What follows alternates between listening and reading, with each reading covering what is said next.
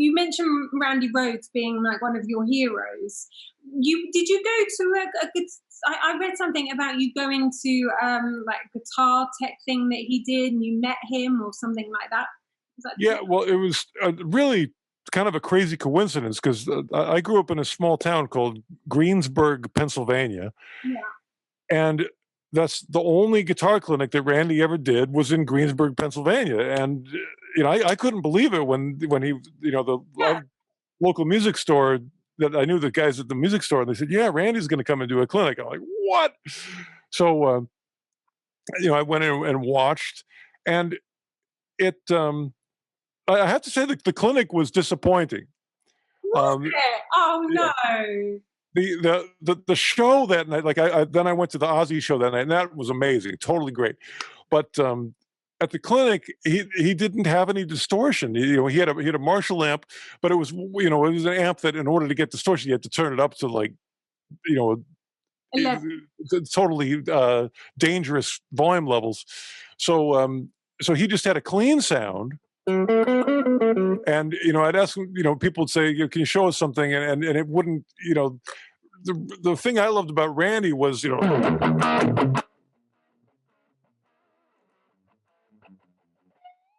all the distortion stuff, and he didn't have the equipment to really demonstrate that, so he mostly just talked. And as a person, he was wonderful. He was friendly and nice and willing to share anything, but he really didn't play much, and so that's why I say it was disappointing. Was he barely played. Did you get to speak to him at least? I mean, all I did was not really. I mean, at the end, I got an autograph, and I said, please make it out to the guys in Taw Zero, because I was somehow hoping if I said my band name, maybe he would, you know, discover my band someday. And say, hey, you should come on tour with Yeah, us, with me and Ozzy. yeah. Oh, Taw Zero, I love your band. Yeah. Oh God. Well, look, at least you got to meet him, which is pretty cool, isn't it? At the end of the day, I guess. I mean, It was really cool. yeah. He had a glow to him. Did he? Okay. Yeah, Yeah. I mean, he certainly looked like that when he was on stage. Well, from yeah. the videos that I've seen, I was never lucky enough to get to see him perform, in real life. But so let's talk about your new album. Okay. Very good. Um, what blew my mind about all of this is that you played every single instrument on the album, which is nuts. Do you know how to play that many instruments, or was this something did you learn during lockdown as well? Well, I've played drums since I was a kid too, Yeah. and I've had a lot of great drum teachers because every time I'd be in a band, I would ask the drummer to show me something, and so I learned double strokes from Pat Torpey, and I learned the John Bonham Biddledum from Jeff Martin, and just had great drum teachers, and I've been able to practice a lot. I always had a kit in my house for a long time, and then probably the thing I needed the most help with in the studio was the bass, just because of the composition of it. Because I've never really studied like funk bass or soul bass playing, and I had some funk parts in the album. I had like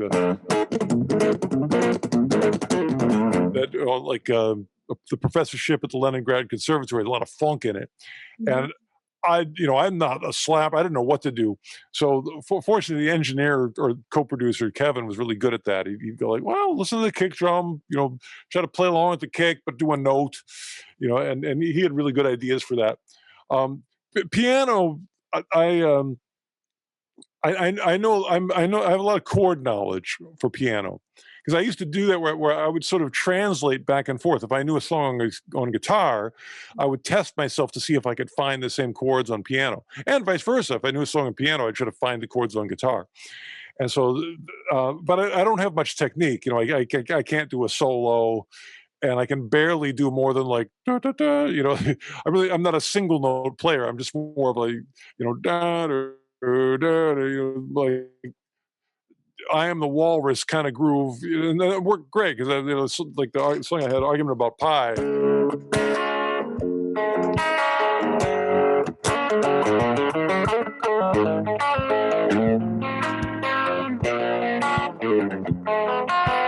So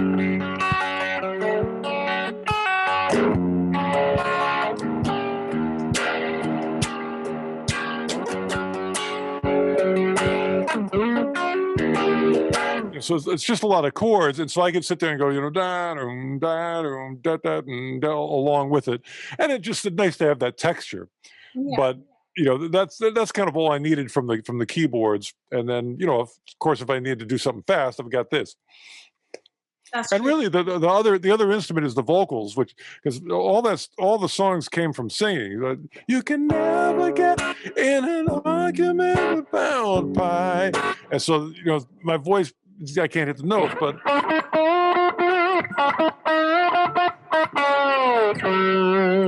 on guitar it works. So that's the thing. It's an instrumental album, but did you write lyrics for every song? It makes it a lot easier. Is that normal? Is that how most people write an instrumental album? Well, it was funny that I can't remember the name of the jazz musician, but there's a story about this, some legendary jazz musician. He's in the studio blowing his horn, and all of a sudden he stops, and the producer goes, "Hey, why'd you stop?" And he goes, "I forgot the words."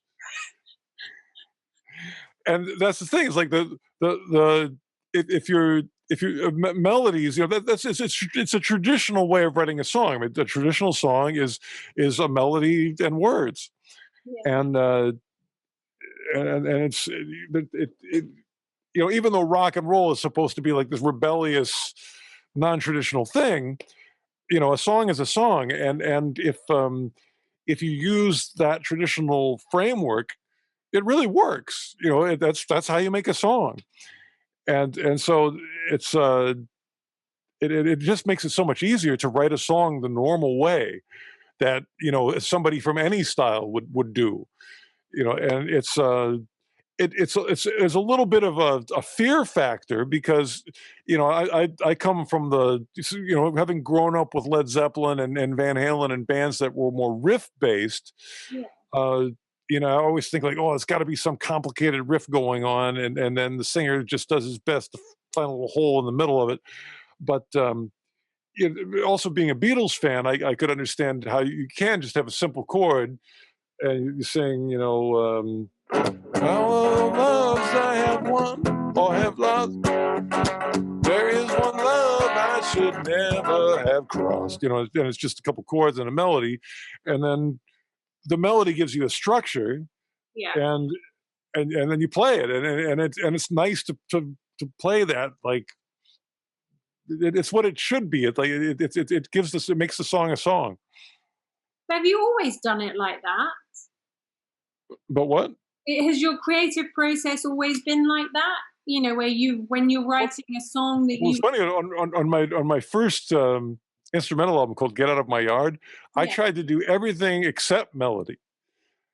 So I tried to think of because I thought, well, if it's not going to have vocals, then I'm going to have the other things that guitars do that I like, and just more of that. So, for example, I love riffs, like there's a Rush song called "Circumstances," and I love the riff. Well, that's an awesome riff. So I made my own song, and I sort of did it like a variation of that. My song's called "Hurry Up," which means rush, and the song goes like what or 1, 2, 3.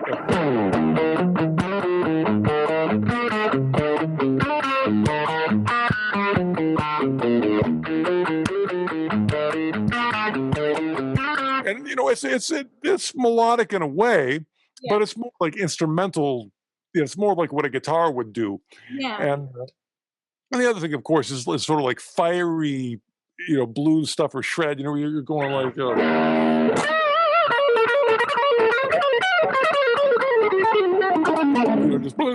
And it's like it's exciting, and it still works, but it's not like something you'd hum. And that's the thing, like melodies tend to be things that you would hum. So when I for the new album, one of the first songs I recorded was a song called "Meaningful," and I'm it's all based on the lyric. And the thing I like about it is it's a long melody, and that's I never did those before. Usually if like even my better melodies, like for example, Green to the 60s Mine Mhm. is,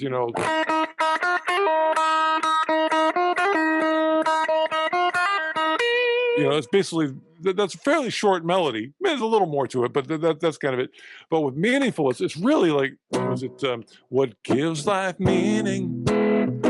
What makes me want to get up in the morning? What makes me want to tell my friends that they gotta see this? Like an upside down guitar from the guy in Kiss. Oh, and when my love comes home, it's so meaningful. Oh, and when my love comes home, he tells me that he loves me about a 6 out of 10, but he knows he's only joking. Like you can make a friend, is for me.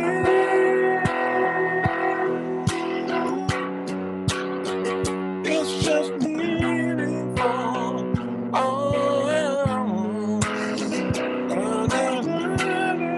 And it just keeps going on and on and on. And it even has a 7-beat note where I go like 1 and 2 and 3. My guitar won't even sustain that long. Da, da, da, da, da, da, and then it changes. It's one thing to play a note for 7 beats, but to have that be part of the melody Yeah. is like that's a big accomplishment for me. I never wrote a note that long before. I've written a lot of short notes, but that's a really long one. So And do you feel happy with this out? I know everyone always says their last album is their best, but do you feel happy with this? I mean, because like you said, you had your engineer with you, but it must be quite hard. There must be some challenges of just literally working on your own in your own little bubble like that. No one to kind of knock off creatively. well, it was a good thing I had the engineer Kevin to work with, so I could get some feedback as to whether the music was any good or not. If he's smiling, that's a good sign. Um, but my theory is that in most cases, good music, good art is something that you sort of how should I say it? Like genius most often happens in the past tense. You can't decide like, okay, I'm going to make a plan and create something that's great.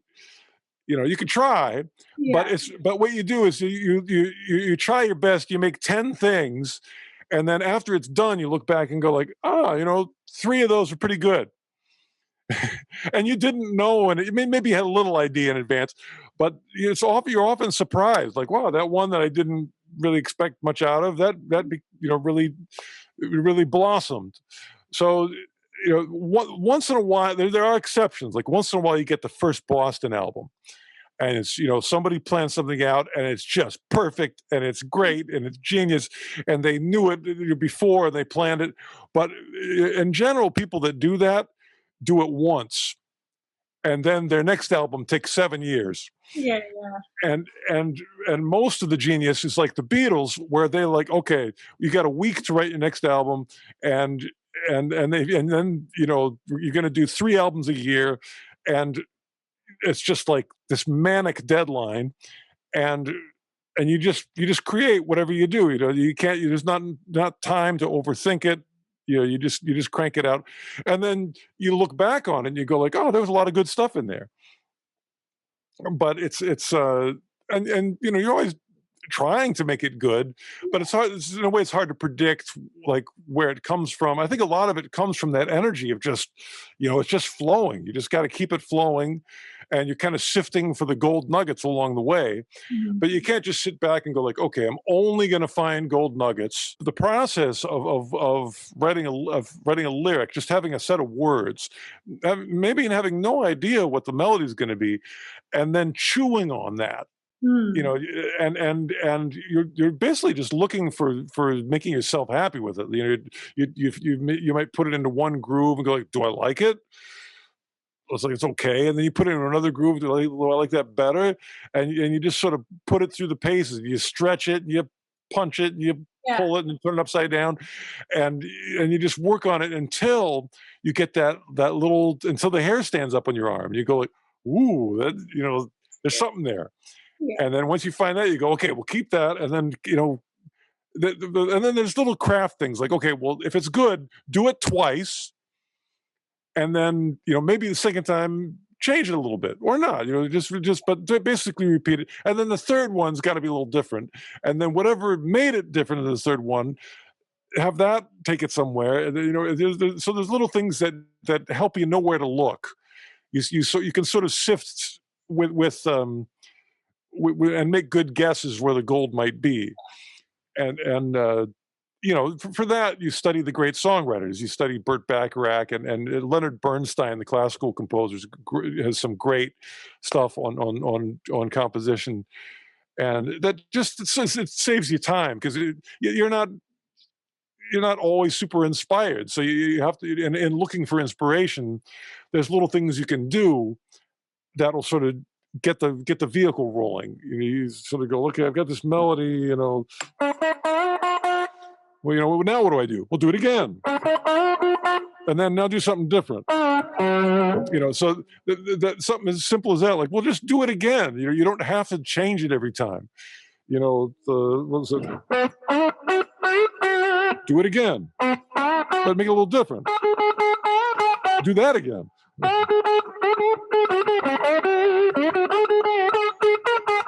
Now you're tired of it, do something else. Throw on a note nobody's heard. So you're just playing with like the listener's expectations. You sort of plant an idea, and you repeat it until they're tired of it, and then you go like, okay, well, I know you're tired of it, so we'll change it up. And are you ready for a surprise yet? No, okay, I won't give it to you. But now you are, so so you're sort of carrying the listener's interest and trying to gauge, what they're ready for and what they're not, and while you're doing that, you're them, you're the listener. Yeah, and that's why you do what you do, because you get high on that as well, don't you? You get kind of that buzz when you do. Well, if you're not getting high on it, then you're on the wrong track. Yeah. And that's when it's time to just stop and set that aside, go put that on a shelf and look for something else. And because if it's a slog, if you're like, oh, I'm just feeling sleepy, then put that thing down as quick as you can. You're not gonna make anything good if you're bored with it. Yeah, for sure. So the new album is called Werewolf of Portland. It is. It's a great title, and I absolutely love the video with you and your son. Oh, thank you. It's so cute of you guys dancing with the little silhouettes and stuff. It's such a cool. The funny thing about that is I'm kind of dancing in the video. I never thought I would dance. I mean, I just made it up. I just turn the cameras on. Let me go, and I just made it all up as I went along. But my legs hurt for about 2 weeks after it. You're joking. I could barely walk. I'm like, oh, dancing is so hard. Like, I don't know how people do it. Oh no! I thought drumming took a lot out of you, but drumming is nothing. Like I have so much respect for dancers now, and I'm not doing any real dancing. I was just like doing goofy stuff with my kid. But after that, like, oh, I got to go take an Epsom salt bath.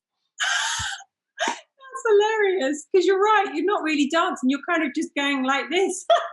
Yeah. Well, of course, you only saw what we kept.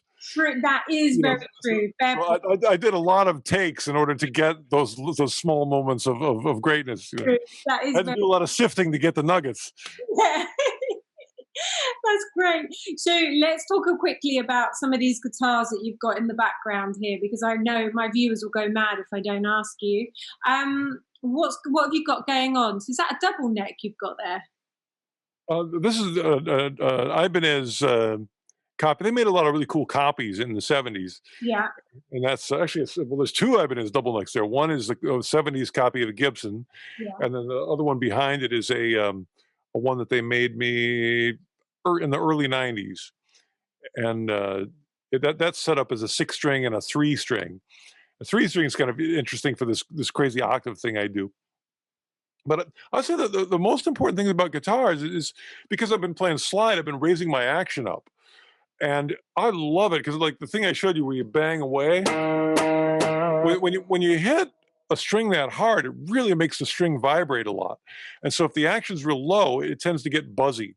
Yeah. And so when I raise the action higher, I get a nice clear sound even when I'm beating away at it, and it makes it easier to grab the string for bending because it hits the good part of your finger. It's not too low, it doesn't slip off, and it's great for slide. So I get a nice clear,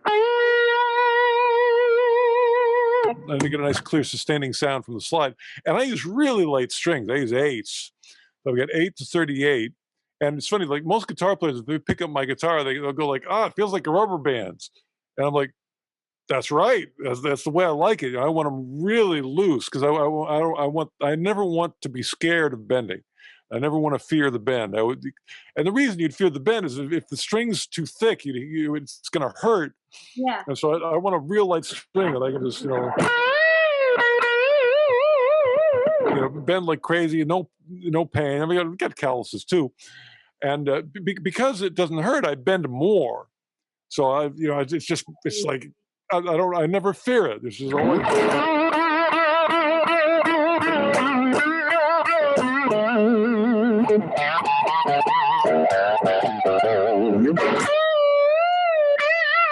It's so much fun to do that, and then the slide sounds good too.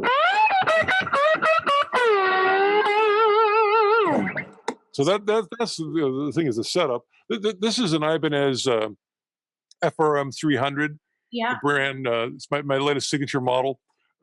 I did have it modified. I put a magnet in the pickguard, and so it holds the metal slide on there. Oh, that's great. So is that the custom one, or is that what it's like if you buy it in the shop? Well, the guitar is just a stock guitar, Yeah. and then I had my tech basically like drill out a hole underneath the pickguard and put a magnet in there, and then it holds the chrome steel magnet in place. And you normally wouldn't see it. There's a couple bumps on there. Those aren't the magnet. That's actually some foam. Just so when it hits, it's not quite as loud.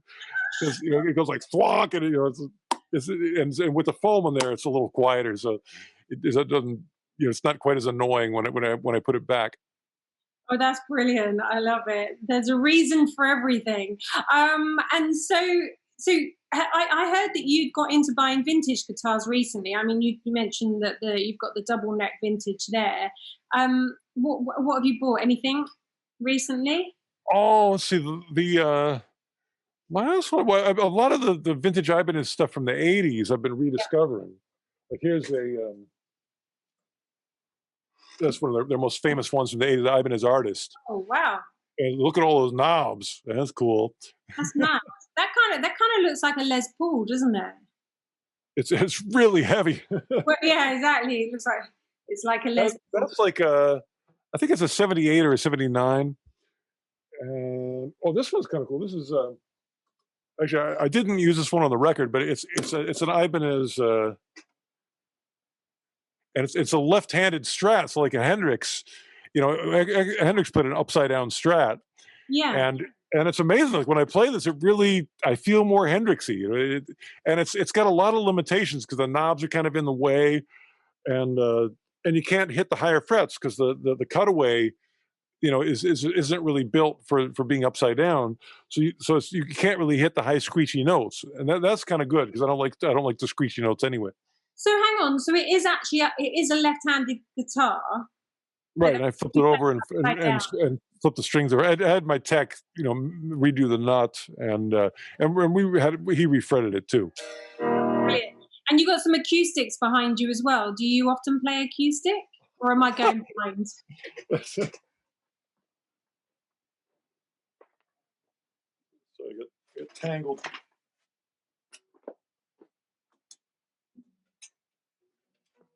Oh, look at that! Oh, Kermit the Frog! Well, every day, my son plays one song on guitar, and he strums, and I do the chords. Yeah. And at the time when he started doing that, he was really into the Muppets. So I made it a Kermit guitar. I just taped him on there, and so every day I take this upstairs, and he can play his one song. But Oh, I like playing too. The nice thing about acoustic is I mean, I usually, if I'm playing acoustic, I usually just play like a boogie blues, uh,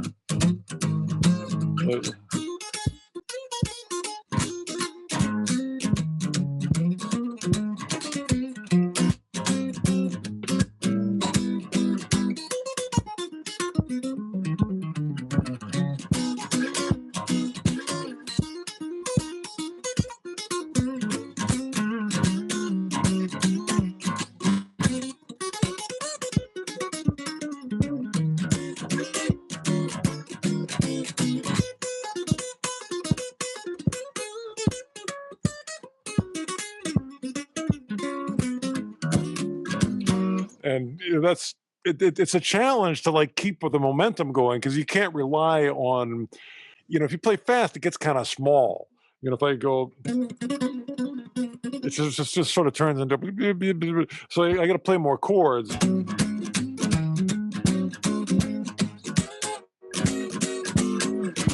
And it's a different way of approaching it. You got to beat on it even more. yeah. So does your son want to play guitar then? I don't think I'm pretty sure he does not want to play guitar. Oh Uh, no, but he's 6. Give him time. that's true. Oh god. Well, he's got a good teacher if he wants to play, hasn't he? and that's the thing. Like to me, the fact that he's strumming, uh, strumming is so satisfying because you can feel the vibration. I have it strapped on him, so Yeah. he can feel the guitar vibrate, and he can just get a sense of how music comes out of this thing, and eventually he's going to get jealous that I'm doing the chords because he's very competitive with me. He doesn't like me to win anything. He gets really upset if I win something, and so eventually he's going to realize like, hey, you know, if I should be the one doing this, why does I want to win? I want to beat my dad, so I want to do the chords, Yeah, and so but that's much more challenging. It's the left hand, just the physical. That's why that's a little guitar. It's a short scale, mhm. but it's hard to you need a certain size of hand to get and also strength and so I don't know. I don't think he's quite ready to be pressing down chords yet. So, but at least we can play through a whole song, and he's strumming. He's only doing upstrokes too. I can't convince him to do the downstrokes, so he's just like me. So then he'll move on to the one finger, and then exactly, brilliant. Well, listen, Paul, thank you so much for coming on the show. I've really learned a lot today. Right on. It's been amazing. I've really, really enjoyed it. I hope I've planted a good seed of how to get that, how to strangle that neck so it feels like rock. Yeah, you really have, honestly, because sometimes I do feel like my guitar teacher is making me be too stiff with it, and it's kind of like, yeah, just grip it and have some fun with it. That's what I Well, want. I have an online guitar school, so you can always sign up, and it's like $1 a day, What's and the online guitar school called? the company is called Artist Works. I'm the rock guitar teacher. I've done over 11,000. Actually, today Yeah. I did my it's 11111. I did my 11,000th 111th video exchange with my students. And video exchange is when I I watch their video and then I make a custom video lesson. Yeah. So I've made 11,000 custom video lessons for my students, Oh my god. and they're all in the archives. So you can watch them all. You can search by subject. So if you want to learn, Van Halen, type in whatever, or pull offs, whatever it is, type it in, and it's 300 videos will come up. Fantastic. That's all I need, really, isn't it? Great. I shall check it out. Thank you. Right on. Congratulations with the album, and hopefully I'll get to see you in person soon when everything opens up and everyone's gigging again. Fantastic. Thank you so much. All right. Thank you. Take Later care. on. Cheers. Bye-bye.